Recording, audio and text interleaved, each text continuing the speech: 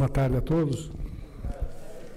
Eu gostaria de cumprimentar a todos e a cada um dos presentes e dizer da minha grande satisfação de mais uma vez poder estar presente a um evento em que se discutem questões sindicais.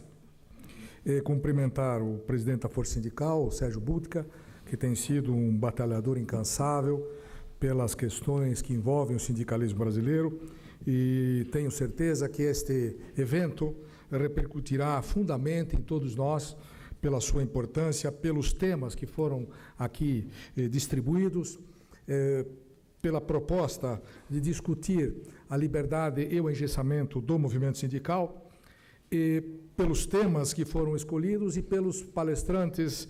E eu aqui gostaria de fazer uma referência especial ao ministro José Luciano Coutinho, que depois vai fazer a sua José Luciano Castilho, que depois vai fazer a sua exposição, pelo qual todos nós da magistratura trabalhista temos uma admiração extraordinariamente grande. Vossa Excelência mora no coração dos juízes do Brasil. O seu trabalho como ministro deixou fundas marcas para todos nós, e tenho certeza que a sua presença aqui vai ser muito importante para o movimento sindical.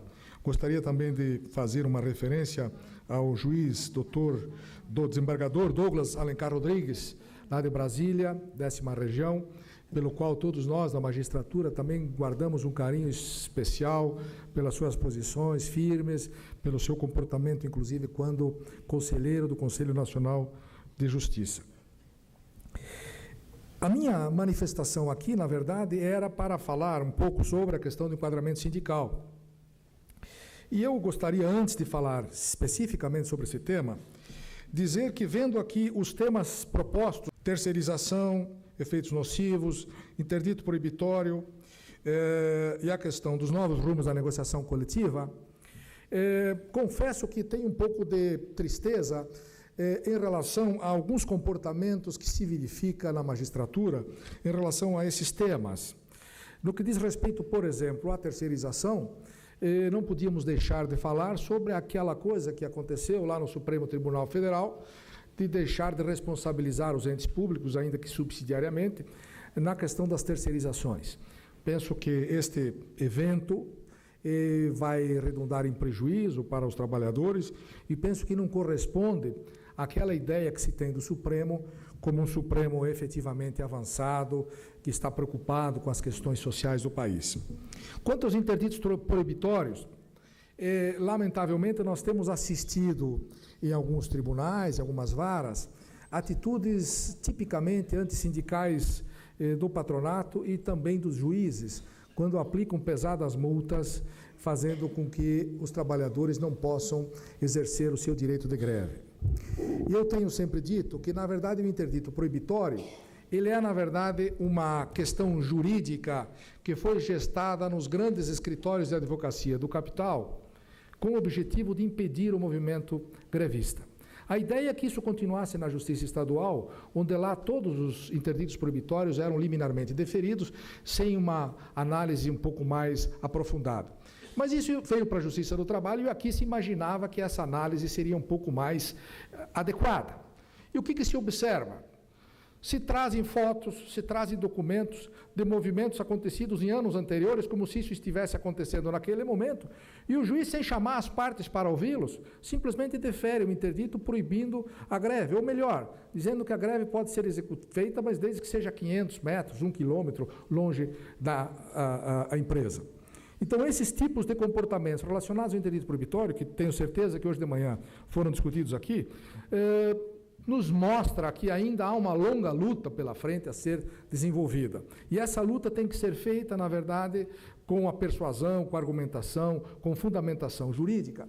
E, para isso, penso que o primeiro caminho a ser feito é no sentido de traduzir uma preparação para enfrentar esses interditos proibitórios que estão sendo propostos, fazendo uma ação antecipada, que depois tenha que chamar o interdito proibitório se ele for feito. E essas ações, que são as chamadas ações declaratórias da constitucionalidade da greve, por exemplo, chamam a atenção do juiz para a importância daquele movimento grevista, que não se trata, na verdade, de um movimento pura e simplesmente que os trabalhadores fazem para tumultuar a vida do empregador, mas sim para conquistar melhores condições de vida e de trabalho. Nós ainda temos uma questão não resolvida, que é uma questão pendente de solução no Supremo Tribunal Federal, que é aquela questão do dissídio coletivo, do comum acordo, que, lamentavelmente, o Supremo Tribunal Federal tem pedido liminar desde 2005 e até hoje não se manifestou, nem se vai deferir ou se vai indeferir, e nem se vai acolher ou não vai acolher o pedido de inconstitucionalidade desta alteração da Emenda Constitucional 45. Penso que nós, juízes do trabalho, perdemos uma grande oportunidade de mantermos uma força extraordinária, que seria o dissídio coletivo, para melhorar um pouco as condições dos trabalhadores em situações que o trabalhador não consegue, pelo movimento grevista, traduzir as suas aspirações e melhorar a sua condição na negociação coletiva. Falando especificamente sobre o enquadramento sindical, nós, até a Constituição de 1988, esperávamos que essas questões de enquadramento sindical, as questões relacionadas ao sindicalismo, fossem todas elas estipuladas, jogadas para a Justiça do Trabalho. Infelizmente, passou-se um processo e que isso, de fato, não aconteceu. E até a Emenda Constitucional 45 de 2004, todas as questões sindicais, de uma forma geral, eram discutidas e resolvidas fora da Justiça do Trabalho, especialmente na Justiça Estadual. O que criava algumas situações curiosíssimas. O presidente Ariosvaldo deve recordar de uma questão aqui que aconteceu em relação aos comerciários, que foi o reconhecimento pela Justiça Estadual e depois pelo STJ, inclusive, da legitimidade do sindicato dos empregados em cooperativas, que não compreende nenhum tipo de categoria o empregado em cooperativa. E essa situação teve um movimento dos juízes do trabalho nas questões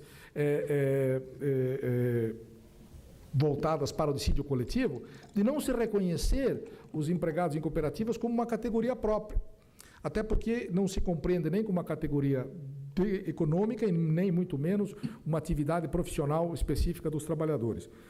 E hoje, na verdade, o que se observa é que essa competência, tendo passado para a Justiça do Trabalho, nós não temos ainda um sinal, uma orientação específica que possa dizer que a Justiça do Trabalho tem sido compreensiva neste aspecto. E isso talvez vá comprometer a chamada liberdade sindical, porque o ideal é que essas questões pudessem ser resolvidas no campo das discussões e das negociações e talvez aí uma amenização, uma eliminação da própria condição da existência desse requisito categoria. Penso que esse é um termo que tem lá uma origem um pouco historicamente não aceitável, e talvez seja o caso de se deixarmos que as entidades sindicais, na ampla discussão e representatividade dos seus membros, possam encontrar uma fórmula mais adequada para resolver esse problema. Penso que a Justiça do Trabalho, infelizmente, tem sido, nessas questões sindicais, muito não compreensiva daquilo que realmente os trabalhadores, os movimentos sindical precisam. E dou um exemplo aqui especificamente quando se trata de discutir as questões voltadas à chamada contribuição assistencial. Infelizmente, na Justiça do Trabalho, se criou uma forma de compreender que a contribuição assistencial ela não é devida pelos trabalhadores não vinculados ao sindicato. O que corresponde, na verdade, a uma contrariedade àquilo que sempre pensou o Supremo Tribunal Federal, que a partir do momento que as entidades sindicais têm uma capacidade de que a sua negociação coletiva tenha um efeito erga omnes, evidentemente que todas as pessoas beneficiárias da negociação coletiva devem ter o direito também, o dever de fazer o pagamento da sua contribuição, ainda que não sejam associados. Essa é uma questão que penso que deve chegar dentro de pouco tempo ao Supremo Tribunal Federal, para que faça uma varrida naquele posicionamento do TST, que infelizmente é um posicionamento inadequado e viola, penso eu, o princípio da liberdade sindical, porque entra dentro da negociação coletiva e impede que aquela negociação coletiva seja verdadeiramente eficaz.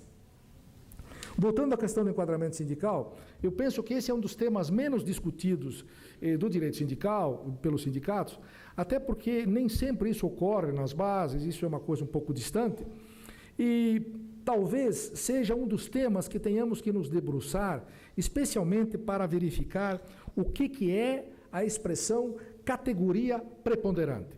Há uma discussão já antiga sobre esse tema, e categoria preponderante seria, na verdade, aquela atividade dentro da empresa que seria aquela que conecta todas as demais atividades que o empregador faz.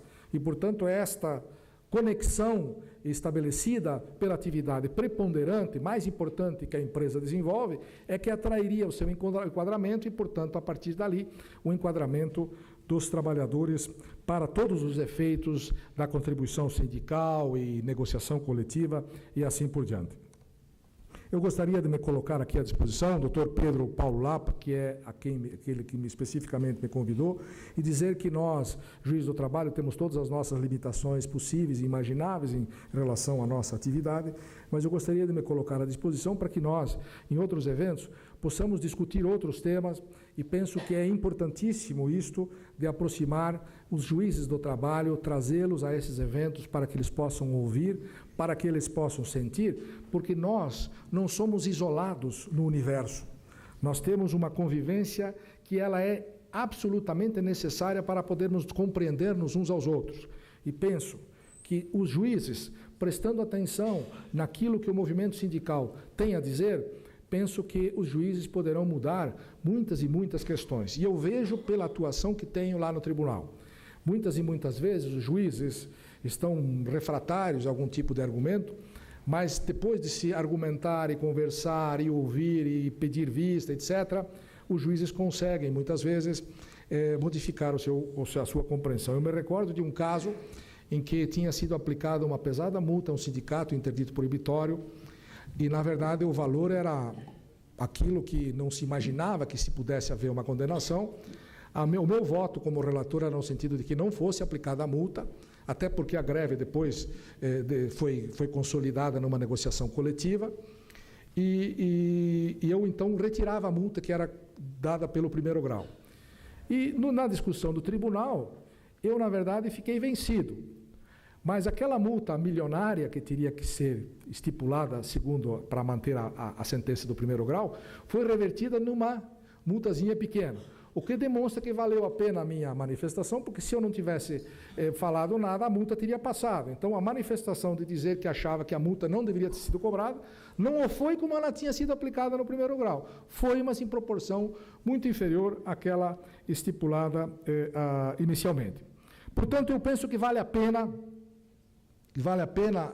discutir, vale a pena traduzir as aspirações sindicais, e penso que isto deve necessariamente ser feito através de reuniões como essa, desta central sindical, que é a força sindical, no sentido de que os sindicatos possam livremente manifestar as suas opiniões, as suas sugestões, e esperar que, de alguma forma, num futuro que não seja muito longo, muito distante, nós tenhamos um movimento sindical que tenha mais liberdade, que possa ser mais respeitado, que possa ser mais acreditado, o que, infelizmente, não tem acontecido no meio judicial, no meio dos juízes.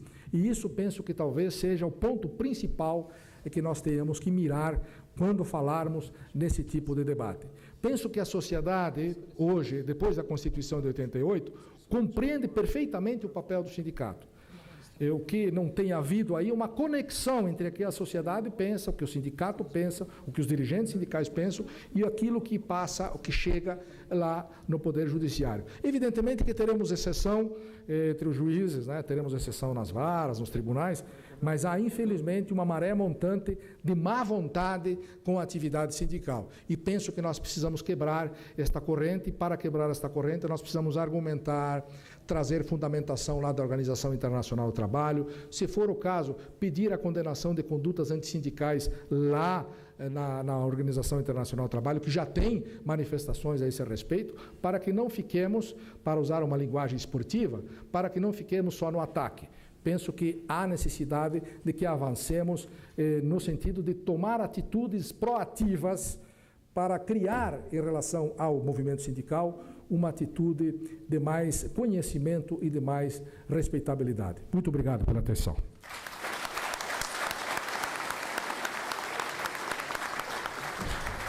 O Supremo Tribunal Federal, em 1991, deu uma decisão plenária por todos os seus ministros, dizendo que toda esta matéria de enquadramento sindical foi recepcionada pela Constituição de 88. Portanto, na linha daquilo que a Zilmar estava falando, eu penso que o ideal seria, nessa questão de enquadramento sindical, que se trabalhasse, na verdade, o anexo do artigo 577. Por uma série de razões. A primeira delas é de ordem prática, de fato, né?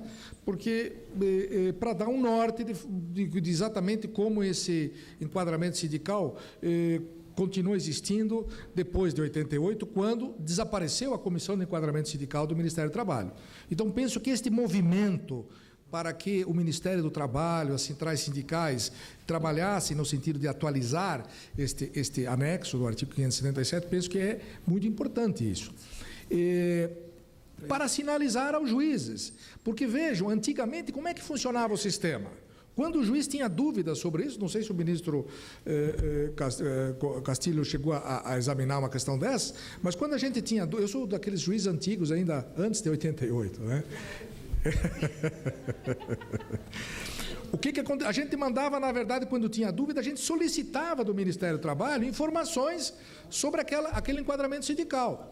Hoje, o juiz, na verdade, ele decide como ele achar que deve decidir. Então, se puder haver uma sinalização via atualização do anexo do artigo 577, eu penso que seria muito importante para efeito de direcionar, ou pontuar um caminho que os juízes possam se orientar, né, em eventual discussão sobre esse tema. E um outro caminho que pode andar junto com isso, eu penso que é esta aproximação que nós todos devemos ter com o judiciário, no sentido de esclarecer o movimento sindical. Infelizmente, por alguma razão que eu não consigo visualizar, porque eu fui advogado há 10 anos e hoje sou há 25 anos juiz. Então, eu já, da época da advocacia, já tinha um contato muito grande com o movimento sindical. Mas alguns juízes que entraram muito novo na magistratura, às vezes não passaram por esse contato com o movimento sindical. Então, às vezes, para eles, o movimento sindical é uma coisa assim muito distante, muito difícil de compreender, e aí fica naquela questão apenas formal. E nem sempre a melhor decisão é aquela que está só no conteúdo formal. Há necessidade de verificar a realidade exatamente como é, por exemplo, a questão dos interditos proibitórios. Então, eu diria que é importantíssimo que o movimento sindical, de alguma forma, se aproxime do judiciário. E essa aproximação tem que ser feita de algum caminho, eu não saberia dizer aqui como, mas eu penso que é fundamental que tenhamos uma aproximação. Porque, vejam, se a gente observar agora nos últimos meses, nos últimos anos, o Ministério Público tem tido uma atitude, muitas vezes, muito mais agressiva em relação ao movimento sindical do que o próprio judiciário. Então, a não aproximação do movimento sindical com o Poder Judiciário levará, talvez, o Ministério Público a ter mais credibilidade nas suas questões do que o próprio sindicalismo. E, com todo o respeito, nem sempre o Ministério Público tem razão. Nem sempre o Ministério Público tem razão. Pode ter em algumas questões, mas em algumas questões o Ministério Público pode estar equivocado. E para que isso seja levado ao Poder Judiciário, eu penso que o movimento sindical tem que se valer de todas as possibilidades. Nessas questões, por exemplo, de enquadramento sindical, aqui está me ocorrendo uma coisa agora. Por que não pedirmos um levantamento num caso de enquadramento sindical, um levantamento pericial para que seja investigado na realidade da fábrica, do local, o que exatamente está se fazendo lá? Tem a possibilidade de se utilizar esse artigo que o ministro Arnaldo Susequinde, um dos criadores da CLT, ele invoca sempre o 581, parágrafo 2º da CLT, onde diz o que é atividade preponderante, embora não esteja localizado no capítulo do enquadramento sindical, está localizado no capítulo da contribuição sindical. E está lá uma definição do que é atividade preponderante, e que diz assim: entende-se por atividade preponderante o que caracterizar a unidade do produto, operação ou objetivo final, para cuja obtenção todas as demais atividades convirjam exclusivamente em regime de conexão funcional. É uma complicação essa frase, mas está lá na lei, e daí o ministro Susequinde disse: haverá atividade preponderante se todos os estabelecimentos ou setores da empresa operarem integrados e exclusivamente para a obtenção de determinado bem ou serviço. Nessa questão do exemplo aí, por exemplo, o que faz uma indústria de trator, que fabrica tratores? Tudo está convergindo para fabricar o trator, ou não? Então, parece-me que é essencial que tenhamos uma preocupação em sensibilizar, essa é a palavra, sensibilizar o Poder Judiciário para as questões sindicais coletivas. Porque o grande problema do Judiciário, o ministro Castilho já falou isso muitas e muitas vezes, o grande problema nosso é a preocupação com o indivíduo e não com o coletivo. A preocupação é resolver questões específicas e não questões que envolvam um princípio de solidariedade. E não há nada mais solidário do que o movimento sindical. Porque a preocupação do dirigente sindical não é para resolver o problema dele, é para resolver o problema da categoria, os trabalhadores que estão envolvidos naquele problema. Então, nós temos aí uma área de desenvolvimento do direito coletivo que os senhores é que vão fazer, não são os juízes. Porque os juízes não movimentam o processo, quem movimenta o processo são os senhores. Os juízes, eles decidem, mas a decisão deles está sujeita a outras e outras e outras e outras. Então, os senhores e senhoras é que vão criar o direito coletivo através das suas postulações. E penso que o enquadramento sindical, nesses dois movimentos, como aquele sugerido pela Zilmara, de fazer uma perspectiva, um caminho lá pelo Ministério do Trabalho, que possa ser uma atualização do 577, do anexo do 577, e, no movimento concomitante, traduzir perante o Judiciário as dificuldades do enquadramento através de perícias, fotografias, visitas ao juiz, ou seja, o sindicato tem que fazer aquilo que os patrões fazem, tem que visitar o juiz, conversar com o juiz, verificar, apresentar, porque este não é só o papel do advogado, o advogado sozinho não pode fazer milagre, né, doutor Lapo? Pode. Eu, pelo menos na minha época, nunca fiz milagre, não sei se o senhor já está conseguindo fazer. Mas o dirigente sindical, penso que ele deve se dirigir ao Judiciário para explicar a importância daquela decisão, as dificuldades. Veja, isso faz parte de um processo democrático. Isso faz parte de um processo democrático. Ninguém vai lá comprar o juiz. O que se vai fazer é argumentar ao juiz e dizer que o sindicato tem razão. Mas não dizer assim, dizer através de fundamentos. E penso que este é o grande caminho, não só para essa questão, mas para a questão dos interditos proibitórios. Eu tive numa reunião a semana passada, retrasada, em João Pessoa, eu estava reunindo lá uma coletividade grande de sindicalistas, e eles me perguntaram assim, mas o pessoal vai lá falar com o juiz com interdito proibitório.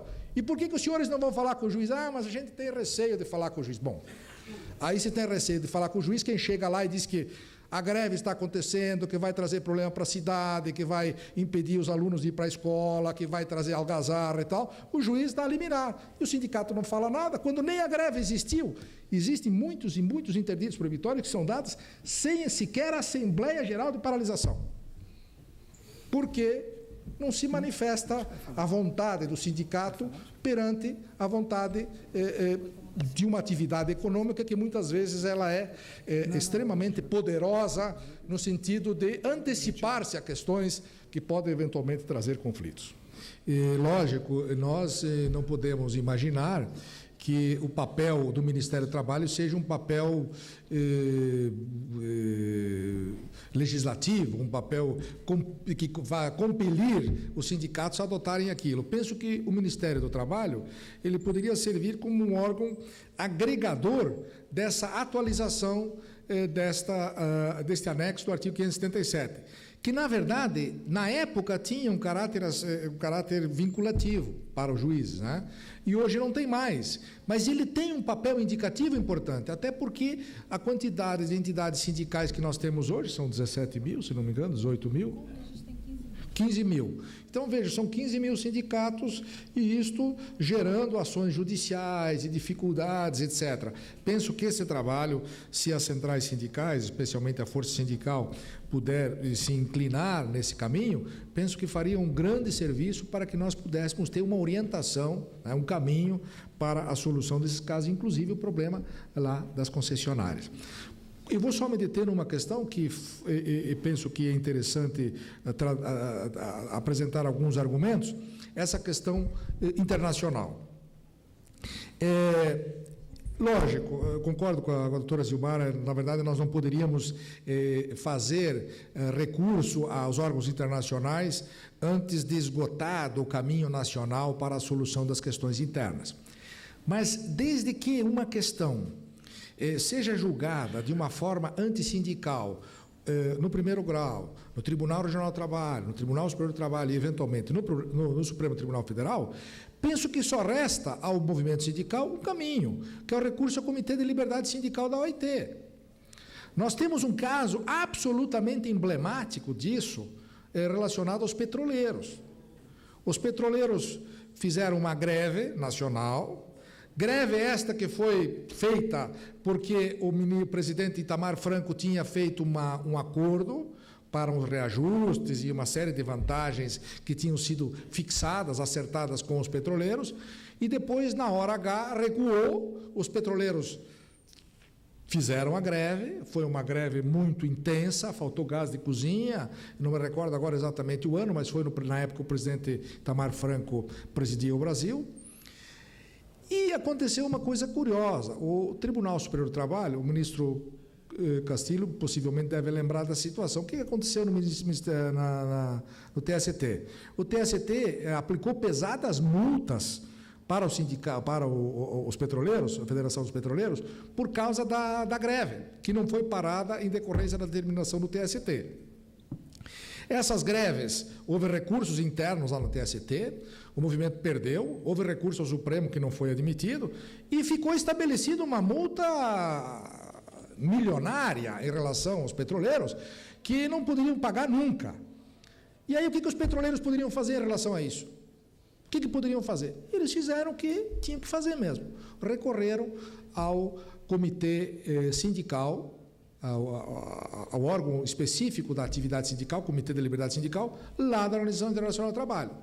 A Organização Internacional do Trabalho recebeu a queixa, veio até o Brasil, fez uma pesquisa e concluiu o seguinte: senhor presidente da República, está havendo violência ao princípio da liberdade sindical. Por gentileza, verifique essa questão de multa, que não deve ser cobrada dos trabalhadores, e mais do que isso, reintegre os trabalhadores sindicalizados que foram demitidos nessa greve. O presidente da República encaminhou que não poderia tornar sem efeito uma decisão do Tribunal Superior do Trabalho. Encaminhou um projeto de lei para o Congresso Nacional, foi aprovado o projeto de lei, e o projeto de lei fez o quê? Determinou a anistia deste valor de multas que tinham sido cobradas dos petroleiros. Então, eu penso que o recurso à OIT, eu acho que é uma coisa que nós temos que trabalhar nessa área, nós temos que cada vez mais nos aproximar das normas internacionais, com todas as dificuldades que existem. Mas existe a dificuldade porque nós temos uma dúvida sobre a questão de se nós aqui praticamos a liberdade sindical, porque cobramos a contribuição sindical, porque temos o princípio da unicidade sindical. E aí eu vou usar uma imagem da doutora Zilmara. Nós praticamos um sindicalismo à brasileira.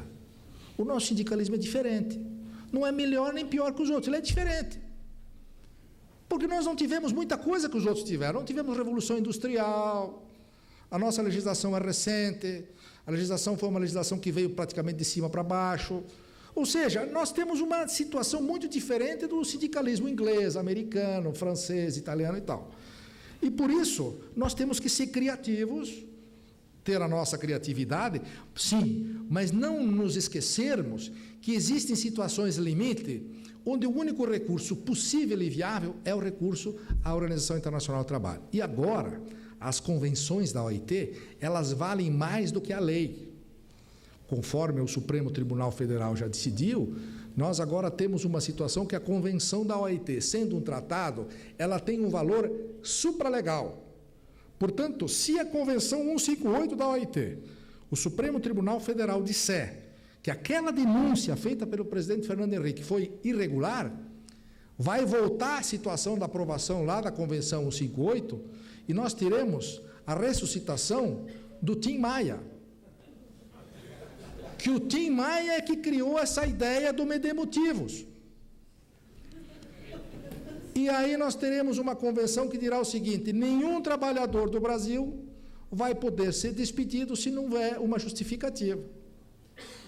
E ressuscitar o Tim Maia é um papel muito importante para todos nós, né? Um brasileiro que criou essa expressão, me dê motivo, que é o grande problema que nós temos, de explicar para o trabalhador por que ele foi despedido sem justa causa, né? Então, eu queria dizer que a OIT é um caminho importante com todos os problemas que ela tem, porque ela não tem força coercitiva, ela não impõe sanção, ela não impõe multa, ela não expulsa país, mas ela tem esse papel persuasivo, argumentativo, de evitar a concorrência desleal, a questão do dumping social. Só vou contar um casinho bem curto, que os senhores devem ter visto na imprensa. A Lojas Marisa foi condenada, a questão de uma semana, a pagar 1,5 milhão de multa por prática de dumping social. Porque no momento que ela não paga hora extra, que ela não permite intervalo, ela está fazendo concorrência desleal com as outras empresas. Vejo que é um argumento diferente. Eu não sei se isso vai prevalecer no futuro, lá no TST, lá no Supremo, mas o fato é que se abre um caminho de debate, de discussão. E, aliás, naquele evento de Brasília, ministro Castilho, está lá. Isso aí já foi previsto naquele enunciado lá de Brasília, que o ministro Castilho fez uma belíssima conferência na abertura daquele evento lá da Anamatra. Então, eu gostaria de dizer que, para mim, foi muito gratificante poder ter participado disso. Penso que o ideal seria que pudéssemos ouvi-los mais, mas teremos outras oportunidades, evidentemente, para poder conversar com os amigos, companheiros do sindicalismo, e dizer que nós somos sensíveis àquilo que os senhores nos dizem, né? E que essa conversa toda, penso que ela vai frutificar, mas é preciso que insistamos nisso. Não podemos... E eu aqui sou um torcedor sofredor, sou Paraná Clube, né? Portanto, um time... Ó, essa risada, ministro, foi muito simbólica, hein? Essa risada foi muito simbólica. Então, se eu torço com o Polar, tem um paranista lá no fundo, ó. Talvez... Ó. Não só um só, tem mais. Ó. Isso significa que já está dando mais do que uma Kombi. Sempre dizem que o Paraná Clube é uma Kombi. Eu acho que já dá umas 2 ou 3. Só aqui. Quem torceu para o Paraná Clube o ano passado e continua torcendo é um símbolo do sindicalismo do futuro. Muito obrigado.